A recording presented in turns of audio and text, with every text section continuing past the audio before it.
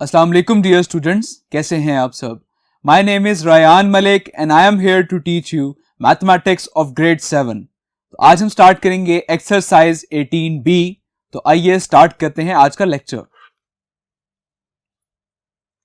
Chapter number 18 volume and surface area. So exercise 18B start करने से पहले हम कुछ इंपॉर्टेंट टर्म्स को स्टडी करते हैं। That is right circular cylinder. So what is cylinder? So आपने देखा होगा लाइक इस शेप को हम कहते हैं सिलेंड्रिकल शेप।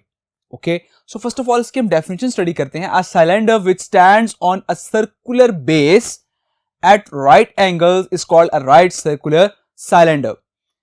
वो सिलेंडर कि जो कि स्टैंड करता है एक सर्कुलर बेस पर।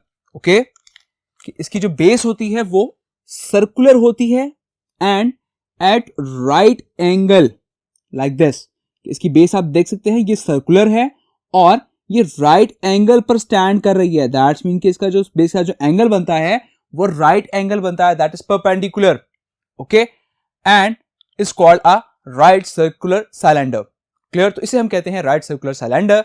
सो इसका सरफेस एरिया क्या होगा, हम सरफेस एरिया कैसे फाइंड कर सकते हैं?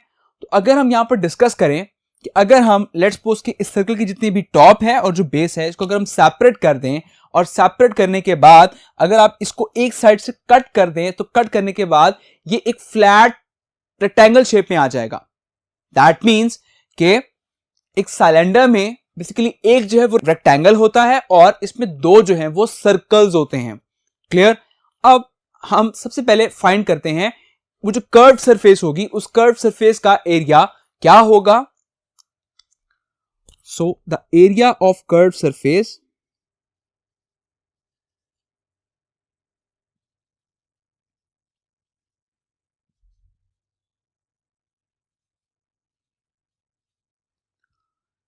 and that is equals to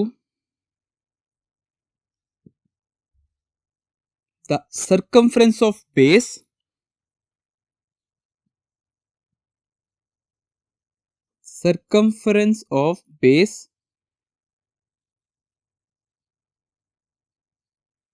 into height. So that is equals to circumference, उसका फॉर्मूला होता है 2 pi r into and that is the height h, so it becomes 2 pi r h. Clear? सो अब ये है area किसका? Curve surface का। अब हम फर्दर एरिया डिस्कस करते हैं राइट सर्कुलर सिलेंडर का। So total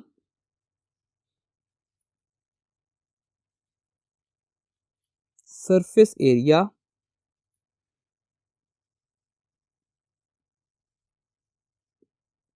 of right circular cylinder and that is equals to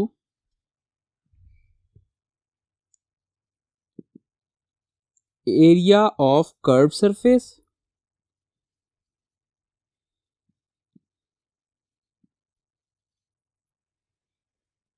plus 2 into area of two bases.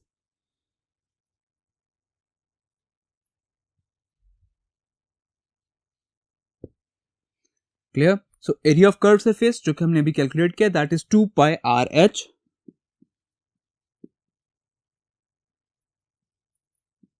Plus 2 into area of two base और base का area हम represent करते हैं पाई r square से।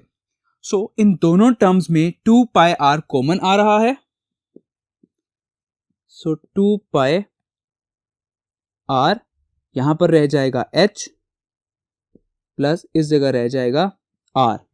सो 2 pi r into h plus r, this is the formula of total surface area of right circular cylinder.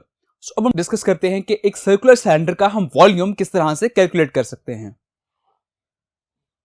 So the volume of cylinder, so इसका formula है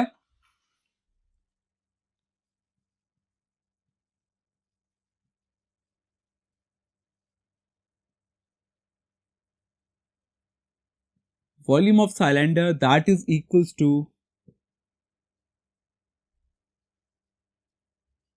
area of base into height. So area of base that is pi r square into height h, so it becomes pi r square h. Clear? So this is the formula for volume of cylinder. Clear? So I hope ये formulas आपको समझ आ गए होंगे. So इन formulas को further हम use करेंगे exercise 18B में कुछ questions को solve करने के लिए. Now exercise 18B, so the first question fill in the blanks and the first blank is the dash is the distance around the boundary of a circle.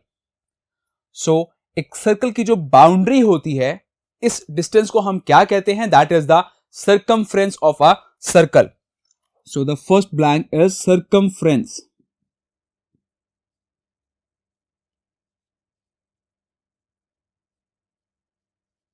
Okay, and the next 1 meter is equal to dash centimeter. तो ये हमने अपने lecture में भी discuss किया था कि 1 metre जो है that is equal to the 100 centimeters. And the third MCQ, the ends of a right circular cylinder form dash circles. तो जो right circular cylinder है वो end से 2 congruent circle जो है वो बनाता है like the top and the base. So हम कह सकते हैं वहां पे 2 congruent circle जो हैं वो बनते हैं बिकॉज वो दोनों सेम होते हैं, तो इसलिए हम उसे कहते हैं congruent circles. Now the fourth fill in the blanks, the volume of a cylinder is calculated by the formula.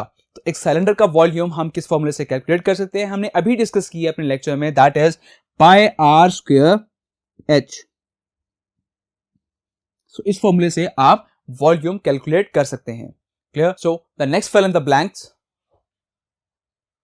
The fifth, 1 litre is equivalent to dash centimetre cube. तो ये हमने अपने लेक्चर में डिस्कस किया था कि 1 लीटर जो है ये 1000 सेंटीमीटर क्यूब के इक्वल होता है. Okay, that is equivalent to 1000 centimetre cube.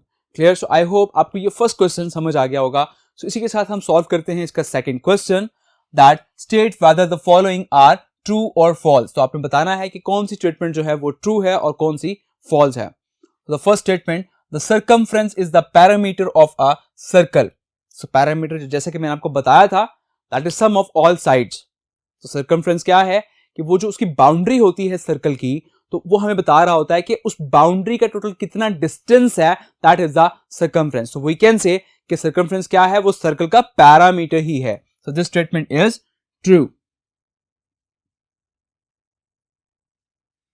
And the next, a cylinder is a 3-dimensional object. एक सिलेंडर जो है वो 3-dimensional object होता है. Yes, of course, it is a 3-dimensional object. So this statement is also true. And the next statement, the surface area of a cylinder consists of 1 rectangle and 2 circles. तो एक surface area जो है वो cylinder का वो consist करता है 1 rectangle पर और 2 सर्कल पर. Yes, this statement is also true.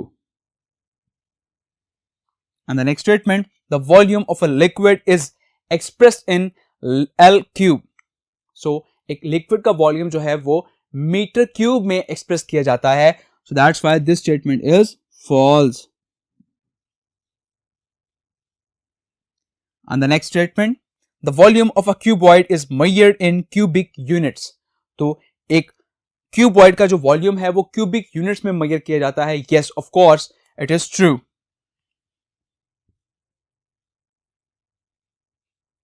Clear? So I hope ये true और false आपको समझ आ गए होंगे. So next lecture में हम डिस्कस करेंगे एक्सरसाइज 18B के क्वेश्चंस. तो अपना बहुत सारा ख्याल रखिएगा. Take care. अल्लाह हाफिज.